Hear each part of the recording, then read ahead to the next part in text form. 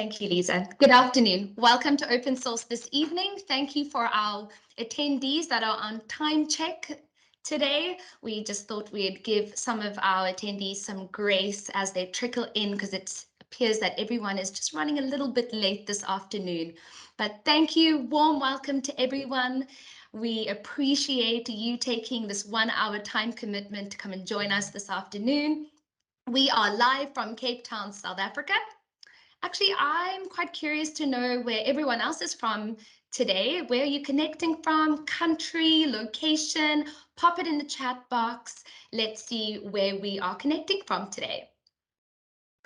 As you pop that in the chat, I'm just going to run through some housekeeping rules.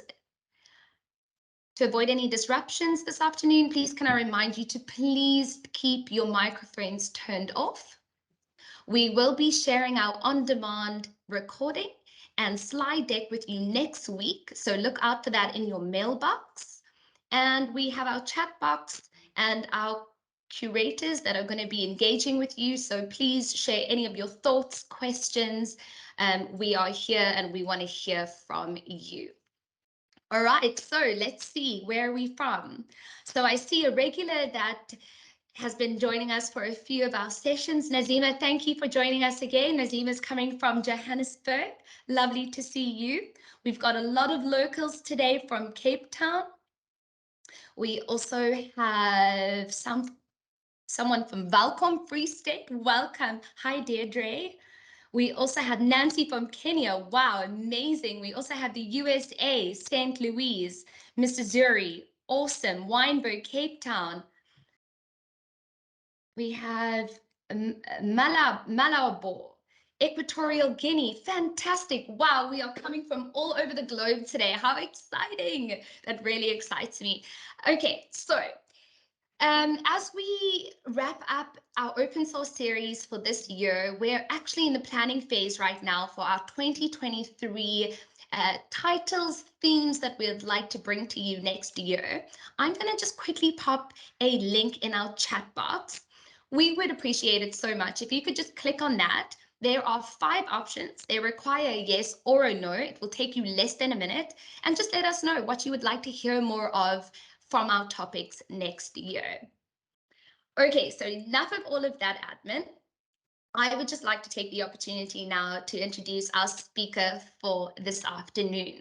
A qualified chartered accountant, Ian Smith. He's worked as a finance and accounting specialist in large multinational corporations such as PricewaterhouseCoopers, a local exporting agencies, and now in the education sector here at Omni. On a personal note, Ian is an avid outdoorsman. He enjoys hiking and running, and he's absolutely going to kill me for saying this tonight, but he recently did the Comrades a month ago, and it's not just the first Comrades. He does it in consecutive years. So based on Ian's financial background, it was only fitting that we asked him to present our topic tonight on judgment and decision making. I hope you enjoy the session. Thank you once again for joining us. And Ian, I'm handing over to you now. Thank you, Jade.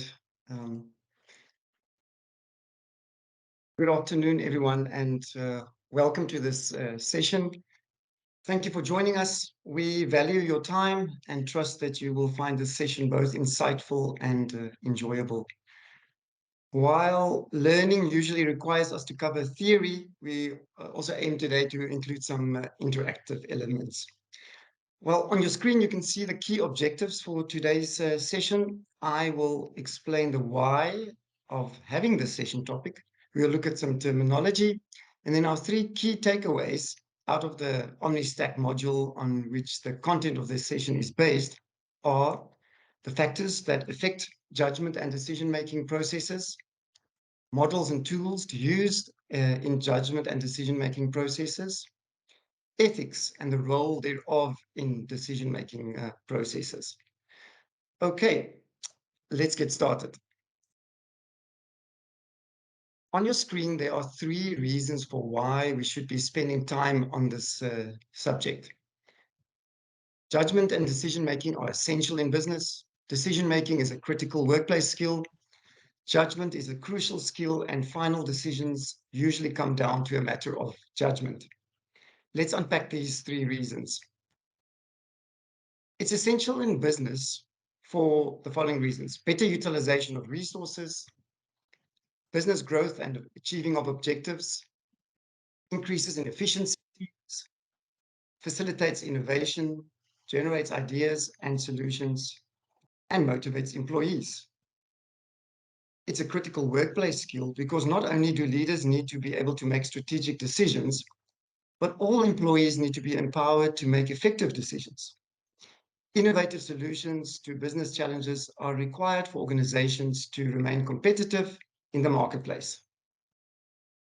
When skillful decision makers work together, the entire organization benefits from their collaboration, and the innovation that follows benefits the economy and society at large. It is an inescapable responsibility of managers and a valued staff skill, as employees constantly need to make decisions to achieve organizational goals. Judgment is a crucial skill, and final decisions usually come to a matter of judgment. It requires objectivity, for we need to assess each situation carefully and without biases. The judgments, choices, and decisions we make should not only advance our business purpose or goals, but should be in alignment with our personal values and beliefs. Now, before we start with some terminology, I would like to get your response to a statement which has to do with choices and decisions. We will do this in a poll, which will appear on your screen shortly. Now, the poll statement is as follows: the luxury of modern living includes an abundance of choices within a world of opportunities. The option to choose something that we no longer just value, but now expect. Do you agree, disagree, or are you undecided about that statement? We will look at the results of the poll after the terminology. Do take part.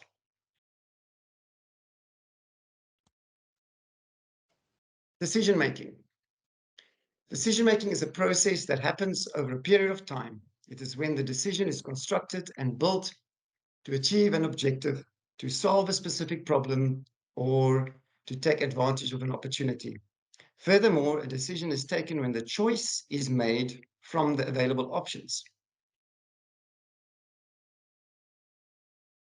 A decision is therefore the choice or selection that you make after considering several possibilities and the conclusion you come to after a period of discussion or thought. The process of decision making precedes decisions being taken. In business, it is the process of using sound judgment to maximize positive results and minimize negative effects. Good decisions require sound judgment. So let's look at the definition of judgment now. Judgment is a component of decision making and refers to making distinctions and conclusions based on available information and material combined with mental activity, thought process, and experience.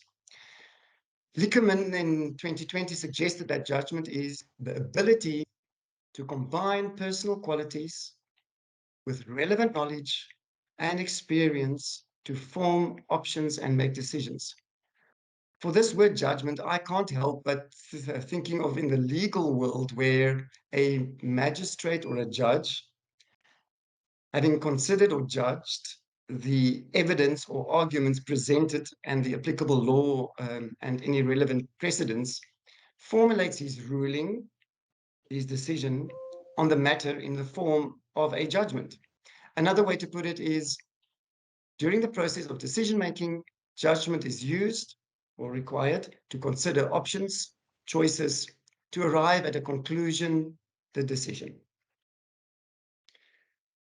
Let's now look at the poll results. Jade, can you share that with us on the results of the statement poll? Yes, Ian, we have a whopping 100% at agree. No one has taken any of the other choices. Oh, wow, amazing. Yeah, that is a sign of the times, of course. Sure. Okay, thank you for that. Thank you for taking part, everyone. Now, before we start with our first key takeaway, I'd like us to just look at this visual on the next slide that presents the conditions under which judgment and decision-making takes place. The three general conditions of certainty, risk, and uncertainty influence the decision-making process. On the right-hand side, we see that uncertainty combined with a high level of ambiguity increases the chance of making a bad decision. The decision maker needs to consider the type of decision and factors that might impact the decision's outcomes. Let's now look at these factors as our first key takeaway of this session.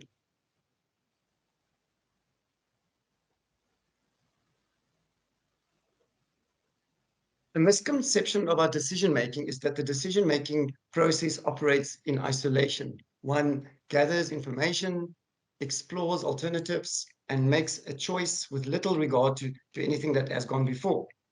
Decisions are, in fact, made in the context of other decisions, and several interrelated variables and dimensions influence behavior as part of the decision making process, both at work and at home.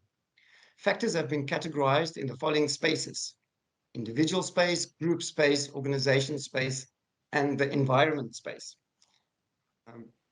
Exploring these factors that influence both judgment and decision-making is useful in understanding why decisions were made and how outcomes may be impacted. Gaining insight into these factors empower people to improve judgments and develop skills to make effective decisions and innovative solutions. Of the aforementioned factors, my focus today will be on the individual space.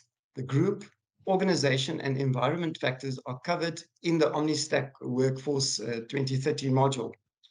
Briefly, these other factors would speak to the topic as follows. Group, being that in the workplace, decisions are often entrusted to a board, committee, working group, or task team. There are advantages, disadvantages, and specific considerations. Organization would refer to structure, culture, information, reliable data, and technology. Environment refers to the fact that every decision is made within a decision environment, which is defined as the collection of information, alternatives, values, and preferences available at the time of the decision making. The limitations of time, money, and resources result in risk taking to manage the unknown in a fast moving environment. Let's now look at the individual factors.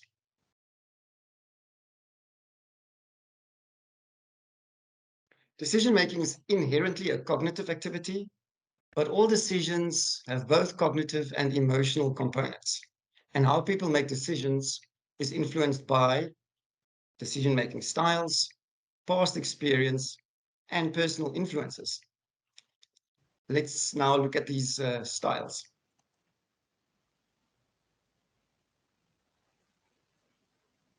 The four styles are analytic, conceptual, directive, and behavioral. In the chat, we will post for you the definitions of these styles in a bit more detail, which I trust you will find useful just as reference work. Some keywords to describe these styles are analytical, being analyzes data before deciding, cautious, controls the process. Conceptual would be somebody that is more intuitive, long-term decisions, creative solutions. Directive would be rational, structured, short-term decisions, low tolerance of ambiguity, efficient, logical, and rules-based. Behavioral would refer to the preference for group work, avoiding conflict, being persuasive, and the ability to negotiate. For our next poll, I'd like to know, what is your dominant decision-making style? That will come up on your screen shortly and will be in the chat as well. Then in the chat, yeah, I trust you can also see the poll. Then in the chat, share with us, the community, your self-awareness of the risks, the pitfalls, or the dark side of your dominant style? That would be interesting to share that with everyone. Each style views decisions in different ways and processes the information on which the decision is based differently. Although no one fits entirely into only one category, one usually has a dominant style and characteristics that fit more or less into one or two styles. It's probably best to think in terms of a dominant style and backup styles. It is useful to be flexible and able to make shifts depending on the situation. Now, in my own case, as you might have guessed, I would be analytical, but I think definitely moving towards the directive space as well. And in my case, the dark side would refer to the need to, or the preference, should I put it this way, to work alone. It's slower, it's not as efficient, maybe, time consuming, which, of course, can ultimately lead to what is referred to as analysis paralysis. But there is hope for people like me, and maybe some of you. I would say that a good old deadline supported by the accountability of a by an accountability partner or your leader, which provides a boundary for over analysis. Jade, can we have a look at the poll results if everybody has had an opportunity to reply to that now? We have And a you're welcome to whopping share for me the results. Thanks. we have a whopping 52% saying that they are analytical. Then just behind that, at 24% conceptual, 4% at directive, and 20% at behavioral. Okay. Welcome, my people. That's good. I'm happy that majority is like me. That's good. Thank you. Thank you, everyone, for taking part. Let's move on to the other two individual factors, which we will look at briefly. The other two individual factors, past experience and personal influence. The word used in reference to past experience is heuristic, being a mental shortcut that allows people to solve problems and make decisions quickly and effectively. Personal influence would be individual preferences and specifically biases.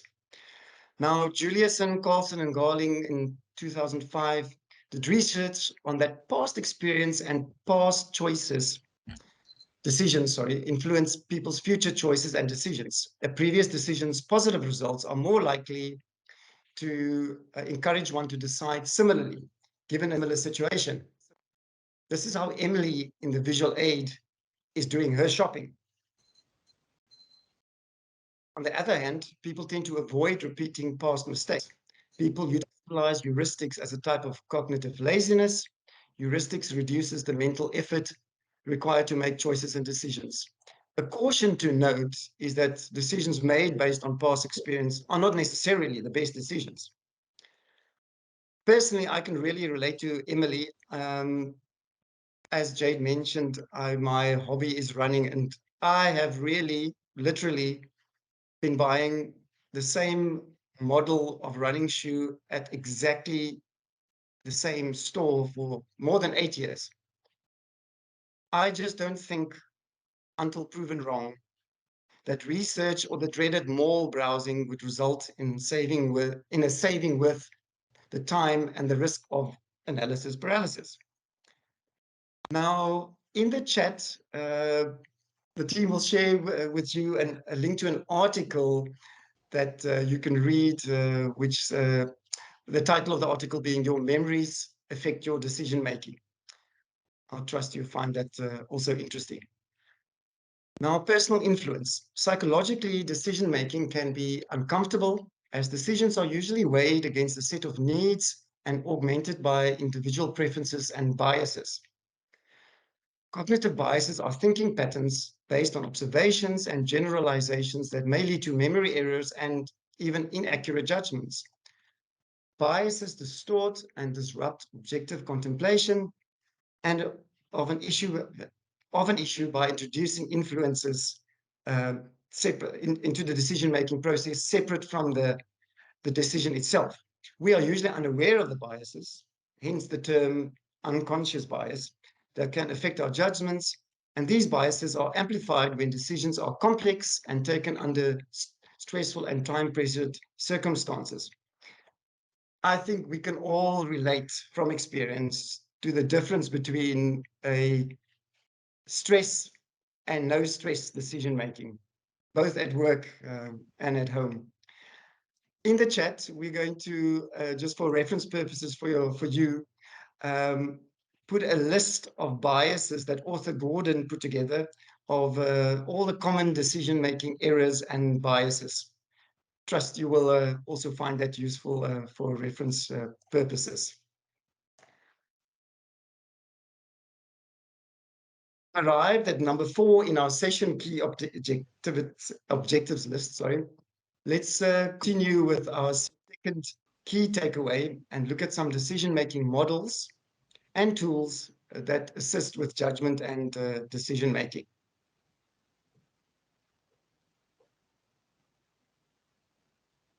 One of the most effective decision-making strategies is to keep an eye on your goal. With eye on your goal, this simply means that during the process, regularly remind regularly remind oneself of the purpose of your decision-making process, to ask yourself again what exactly is the problem that needs to be solved, to ask, am I still busy with that problem? There are several recognized tools and techniques that can be used to identify opportunities to diagnose and analyze problems in assisting with decision-making processes. A number of diagnostic and analysis tools are covered in detail in the separate OmniStack module called problem solving. These include gap analysis tools like the SWOT analysis, McKinsey's 7S, the PESTEL analysis, and then also root cause analysis tools like causal factor tree analysis, fishbone or Ishikawa diagram, and the CATWO checklist. Let's continue now with the models.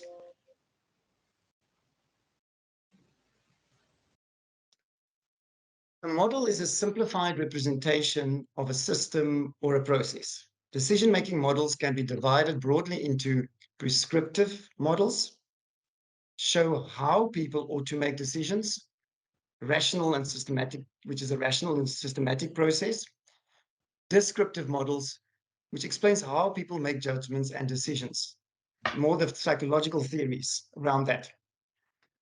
Now, by providing a framework, these models are beneficial for understanding the nature of decision-making processes in organizations. Exploring these models can assist you in decision-making at a micro and a macro level. Understanding the processes, applications, pros and cons of decision-making models helps identify the best approach for a specific context or type of management style. Let's now consider what the main categories of models are.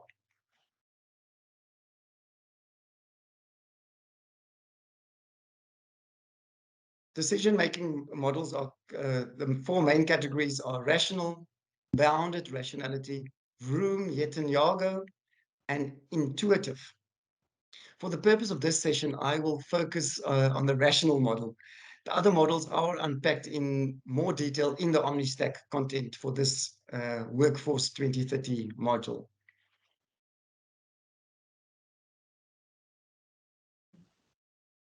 So on your screen, you have an example of the steps of a classic rational model. Identify the problem, establish the decision criteria, weigh the decision criteria, generate alternatives, evaluate alternatives, choose the best alternatives, implement the decision, evaluate the decision. Now, rational decision-making favors logic, objectivity, and analysis over subjectivity and insight. It's a multi-step process, as you can see, for making choices between alternatives. Simple, routine, or recurring or organizational or personal problems are best addressed using a rational approach.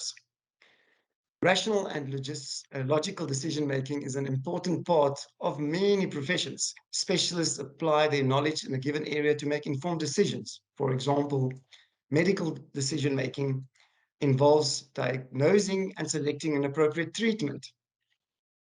In my space, in finance, for a specific or a new event or transaction, I have to select the appropriate treatment for, in bookkeeping sense, I would refer to my generally accepted accounting practice. And if it's something more compliance nature, I would have to refer to legal and tax law to decide what the appropriate treatment for this particular event or transaction is. Limitations of rational decision-making models are that it requires a great deal of time, it requires a great deal of information. It assumes that rational, measurable criteria are available and agreed upon. Now, upon self-reflection, my decision-making style of analytical that we looked at earlier, combined with using the rational model shown here, definitely needs those deadline boundaries to manage the time spent. That is a fact. A number of variants exist that have evolved from the classic rational model. Examples that feature in more detail in the OmniStack course content include the 7 steps model, the decide model, Edward de Bono's PISCO model, and the rational economic decision-making model. Next, let's look at some tools that will assist with specifically generating or evaluating of alternatives. But first, let's do another poll. I'd like to know, when was the last time that you agonized over a decision and what did you do about it? You'll see that poll on your screen shortly. The options is, did you decide to sleep on it, sound it off to colleagues, call your mom, trust your gut and hope for the best? Or did you make a pro-con list? Don't think too long. The first option that comes to mind is usually the honest answer. Do join in and participate in the poll. That will also be in the chat. We'll look at those results shortly. Okay, let's move now to the tools while we wait for your responses.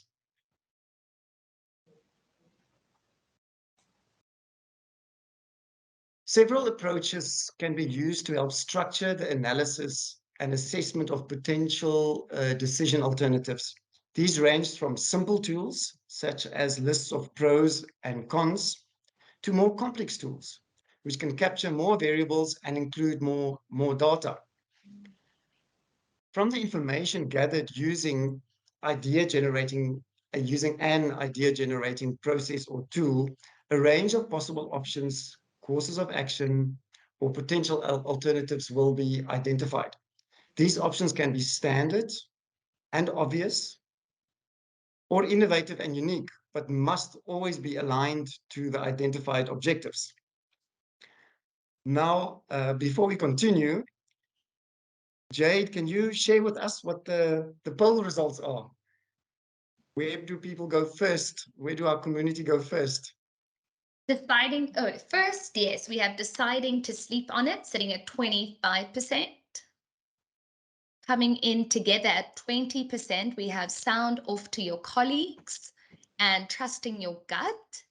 And then only a 10% who think that calling their mom is the best option. Wow, okay. That's interesting. Thank you. Thank you everyone for participating. We'll speak more about the sleeping business in a moment. Let's look a bit more at the decision tree. Sorry, on your list, on your screen there, you'll see some of the options for more complex tools, which I didn't mention now. The decision tree, pro and con balance sheet, influence diagram, analytical hierarchy process, and decision matrix. For today's session, we're going to talk about decision tree. Decision trees are commonly used in decision analysis to identify a strategy most likely to reach a goal. Gray in 2021 defined a decision tree as a specific type of flowchart used to visualize the decision-making process by mapping out different courses of action as well as their potential outcomes. The components of a decision tree are the root node, this being the top level node that represents the ultimate objective or big decision you are trying to make. The branches, which stem from the root, representing different options or courses of action that are available when making a particular decision. They are most commonly indicated with an arrow line and often include associated costs and likelihood to occur. The leaf nodes, which are attached at the end of the branches, represent possible outcomes for each action. There are typically two types of leaf nodes: square leaf nodes, which indicate another decision to be made, and circle leaf nodes, which indicate a chance event, or an unknown outcome. Now, let's get practical and look at an example of a decision tree, which can assist those that prefer the option to sleep on it.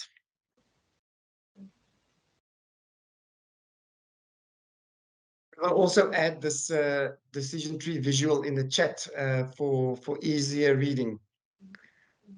Now, the question is to nap or not to nap.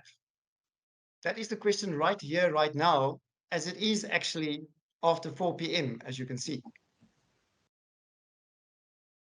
As you can see, once you've had a chance to look through the decision tree, as you can see, the answer is going to be no, don't nap. Let me explain. If you want to nap, which we're assuming everybody wants to do, but you have trouble sleeping at night, the answer is don't nap. If you don't have trouble sleeping sleeping at night, and your answer to the question, is it after 4 p.m. is yes, which it is, it still don't nap. So therefore, I would say the conclusion is there is no napping during open source. To wrap up this part of the session, being our second key takeaway, I'd like to share 2 points for us to keep in mind.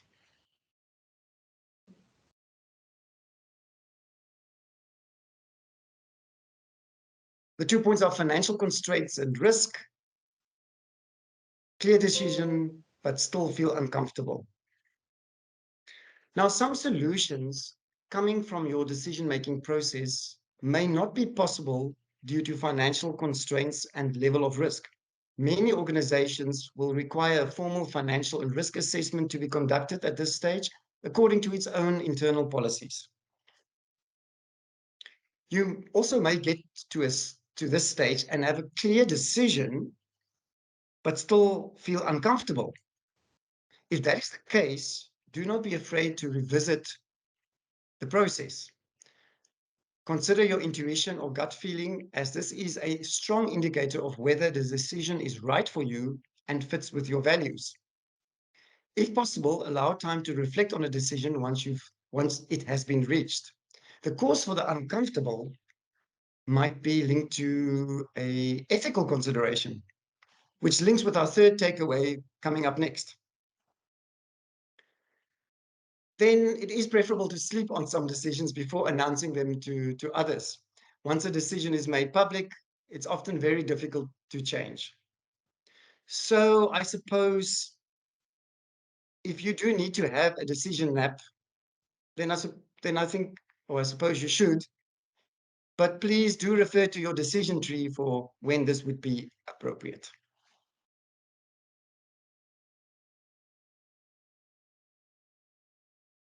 We have arrived at our third and last key takeaway for today: ethics and the role thereof in the decision-making process.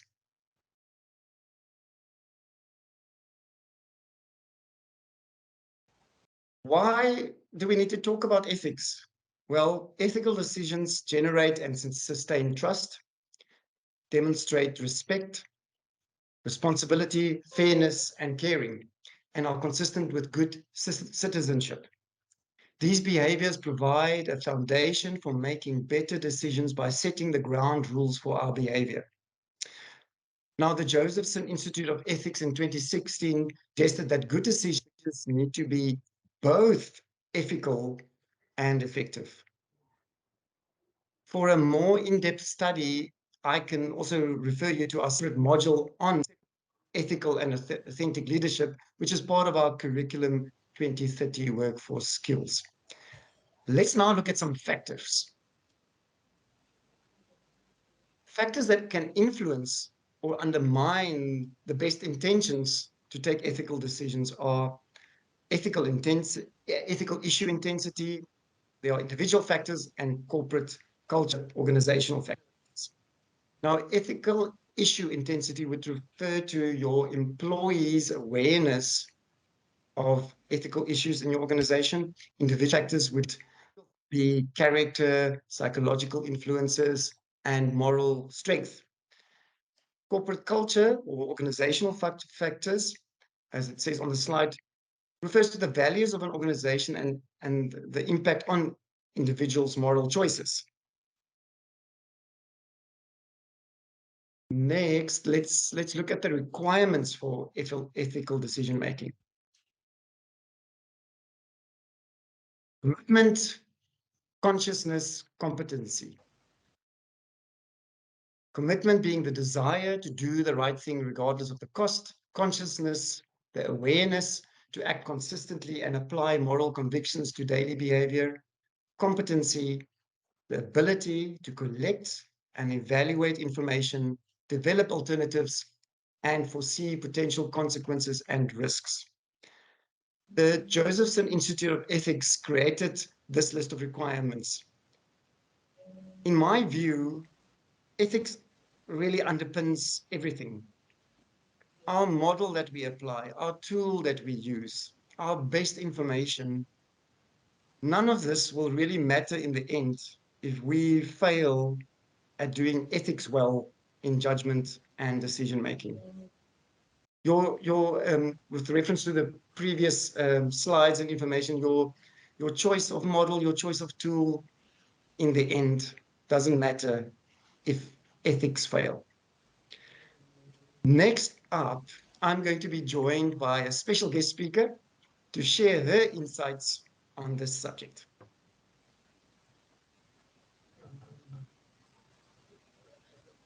I'd like to welcome my guest speaker, also my leader, Omni's MD Lisa Moldenauer, someone that is very passionate about the subject of ethical leadership. Good afternoon, Lisa, and welcome. Thank you, Ian. Thank you, everyone. It's nice to be online.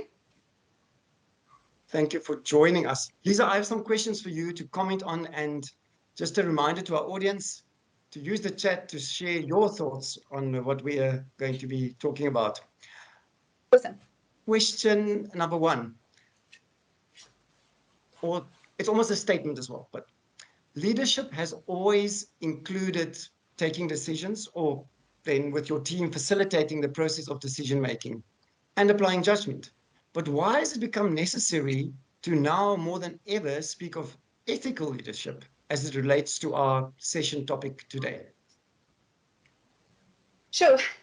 So I totally agree. I think judgment and decision making has always been part of our role within leadership.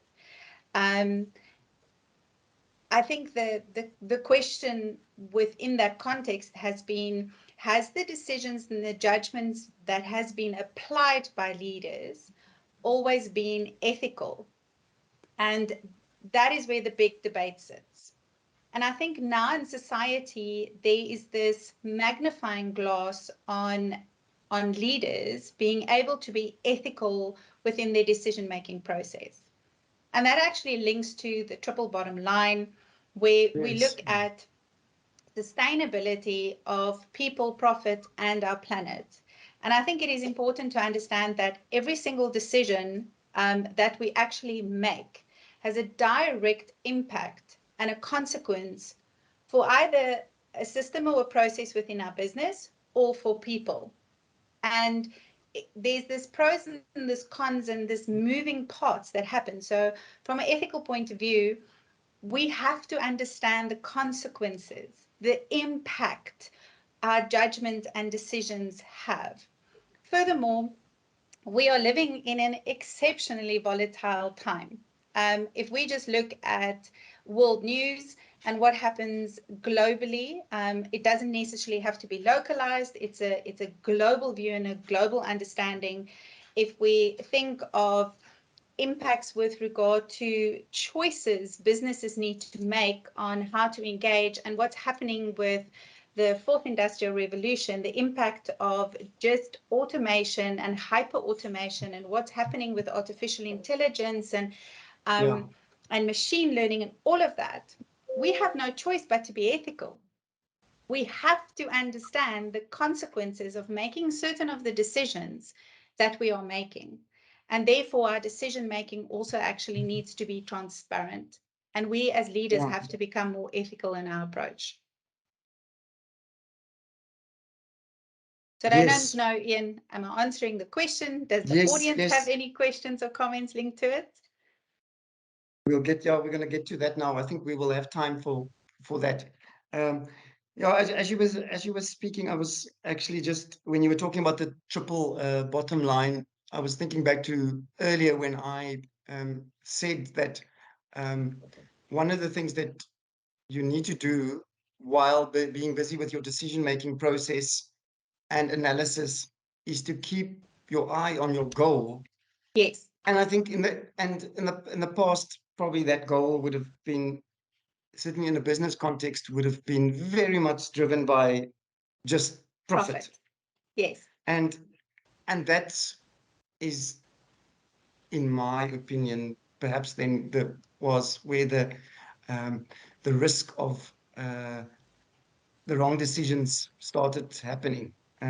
If profit is your only goal, and I think, and I definitely think from a governance perspective, anything that's transparent is bound to be more ethical. The moment if we would test ourselves by, and I'm not talking about confidentiality or sensitive information, but in your particular setting, if you are not able to be transparent, you probably need to check your ethics.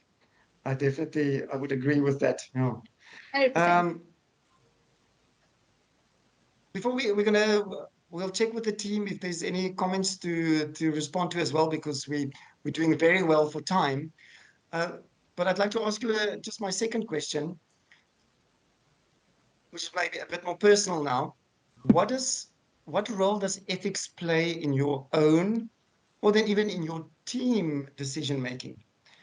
And you're welcome to share any examples if to illustrate your point if you feel comfortable to do that. But what role does ethics play in your own or your team's decision making? First of all, for those of you that do know me or know who we are as an organization, number one, it's a non-negotiable. Understanding who we are as an organization and understanding what we have built our organization on, from making a significant difference in the communities we serve, which is one of our pillars. We are actually talking about people, profit, and planet. We are looking at the entire ecosystem within our organizational structure and us as a corporate citizen. So what is our impact? What does our decision making, how does it impact people and people around us? As leaders, it's so important for us to actually understand that every decision and every choice we make has got an impact. So ethics is a non-negotiable. It fosters trust. And as far as I know, and with my years of experience, there's no leader that can lead without trust. You are climbing an uphill battle without that commodity. So trust is a huge asset and a valuable commodity as a leader, but you foster that with the way in which you apply ethics in your decisions, and then obviously within the framework of being transparent and thinking about that goal. So what is the objective? What is the reason here? What is the problem we are grappling with? How do we make decisions around that? And yeah, so if we have to look at an example, a nice example is the horrible return to work. You know, we all had COVID. We were all told, okay, go home, stay at home, work from home. And we're finding ourselves now from a future thought process point of view, where organizations have to look at what is the human capital model look like and the business operations model from a workflow point of view. And from that perspective, businesses have to look at your return to work model. So do you have people or posts within the organization that is purely at office, that there's no option or consideration for it to be work from home or remote at all? Then the work from home or hybrid model, which allows you to work at the office and home. And then 100% remote work, which means technically you could sit anywhere in the world and still do your job effectively. COVID gave us no choice to evaluate it. It forced us to go and do a blanket approach. However, we have a unique opportunity as businesses within human capital modeling and business modeling to look at return to work from a perspective of what is the best way to set up our organizations for workflow for the benefit of the job host, in other words, the way we engage with that post and that function, as well as the individuals in question. That, however, requires quite an ethical approach, meaning the select few are not the only ones that should be considered for remote work. AKA in the past, it was always given, if it was an option, given to a leadership position and above, or a manager and above. And your more junior level individuals or task-based levels never got access to that.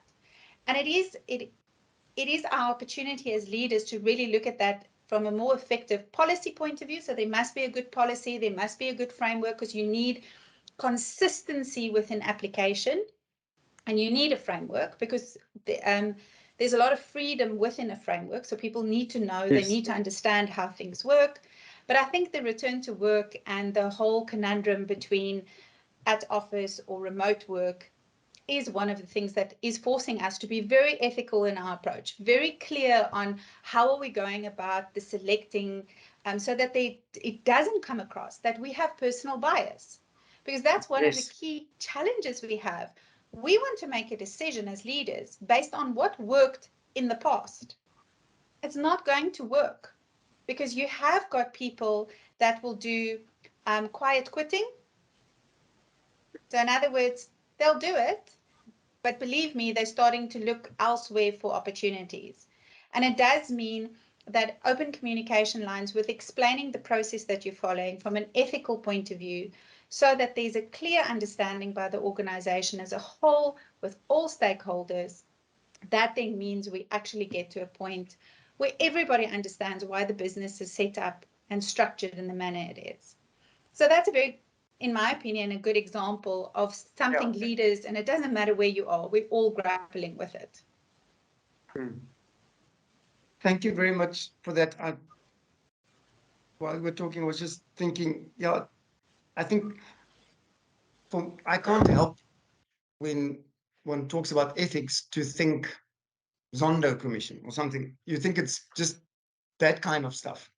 But what you're talking about is also ethical decision making on an organizational decision making level, because it impacts everybody.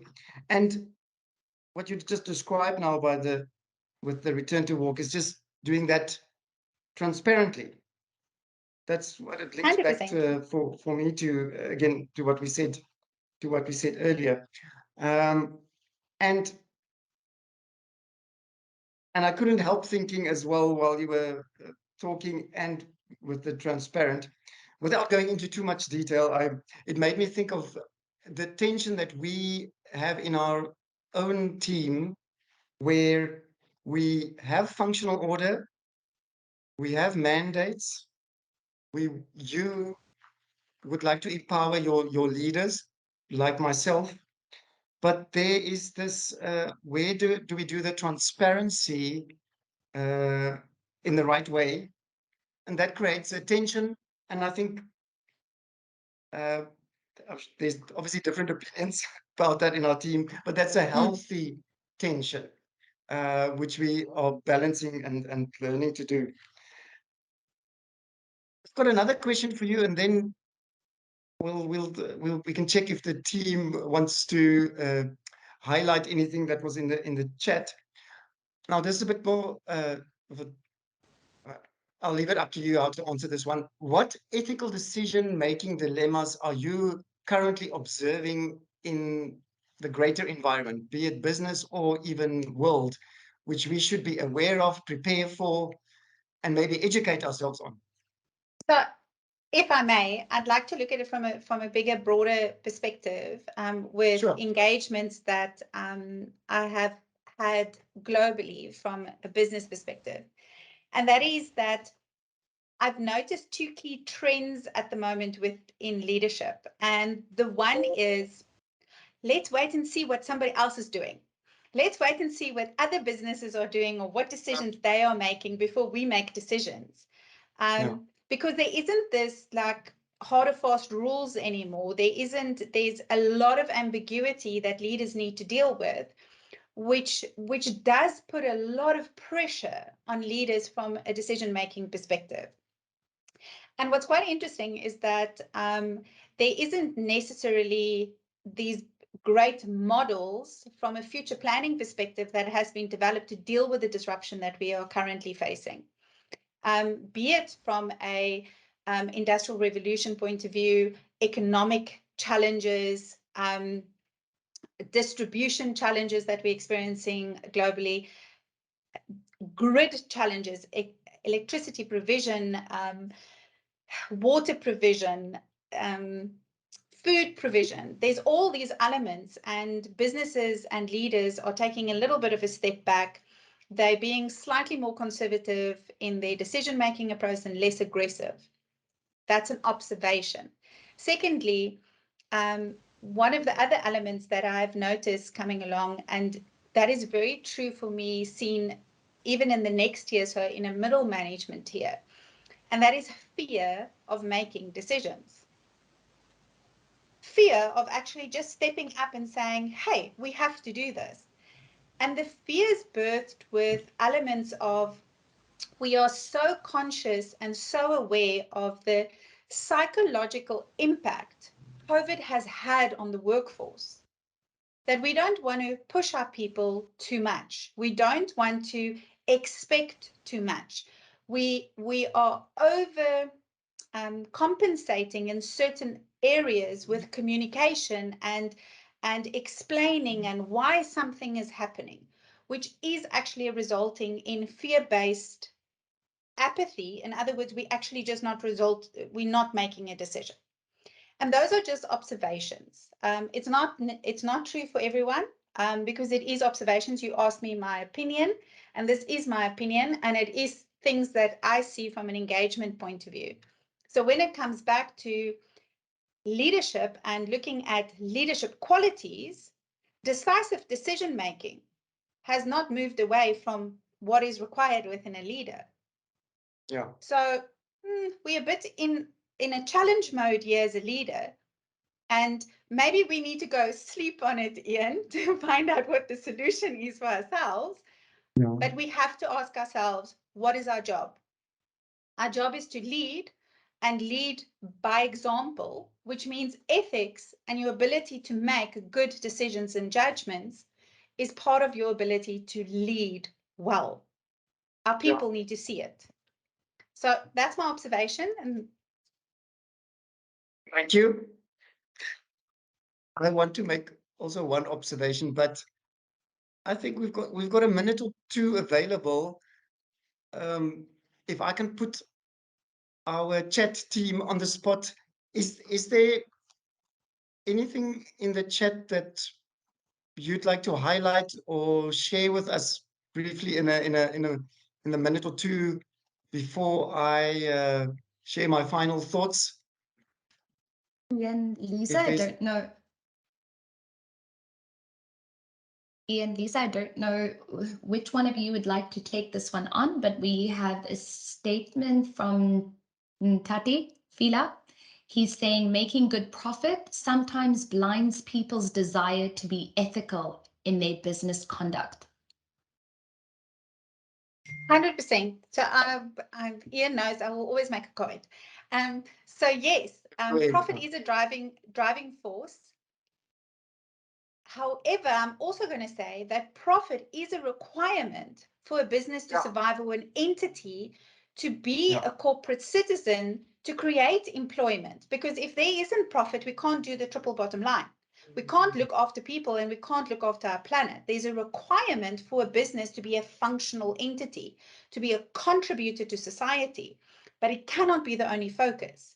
And in that element, that's where the ethics comes into question, because if we only look at shareholder value and not at stakeholder value, it is an ethical conundrum. Then it is where the corporate entity is seen as a taker and not a giver to society. And for me, that is quite important. We have to learn to give back as entities and as organizations. We have to give back as individuals back into society to help people up, so that they can get to the next level. And as corporate citizens, we've got to do the same. Agreed. Thank you. Thank you very much, Lisa. Really appreciate it that you were able to join us in this way. And I'm sure you will also have a look in the chat for any comments and that you'd like to respond to. Now, if I may briefly say something about ethical decision-making of any dilemmas, I do have a strong sense that, and I would phrase this as, technology will test your ethics. What I mean with that is that this is based on, as I see how invasive technology is becoming in our personal lives and how it will be impacting our personal decision making, including what happens to our bodies. Technology is not limited anymore to your device or your laptop. It's coming closer. And I think there's going to be lots of ethical dilemmas, or we already know of them in the biotech space, I would say. But that's a conversation for another day. With 5 p.m. approaching, some final thoughts on our session topic from my side. Having had the opportunity to reflect on today's topic during my preparation for today's session, I'd like to leave you with these 2 points on the screen that stand out for me as a summary of the topic and the current and future environment related to this topic. Now, high quality decisions require that decision makers will have to become familiar with the tools and techniques to aid the decision-making process, be that as individuals, teams, or groups. Industry 4.0. With the impact and related dependence on big data, Internet of Things, AI, drones, etc., technology is becoming an essential factor in decision-making. Decision makers must have the level of expertise to fully understand and judge technology solutions' reliability as part of the decision-making process, certainly in environments with automation, as mentioned also by Lisa. If not, internal or external experts must be consulted to help clarify how the technology works. Expect increased collaboration and dependence also on subject matter experts. The OmniStack course content for the judgment and decision-making model contains a separate section titled Decision-Making for the Fourth Industrial Revolution. Now, I can't believe it, but this brings us to the end of our session today. And on your screen, you have some options for more information, other offerings, and support we can partner on with you.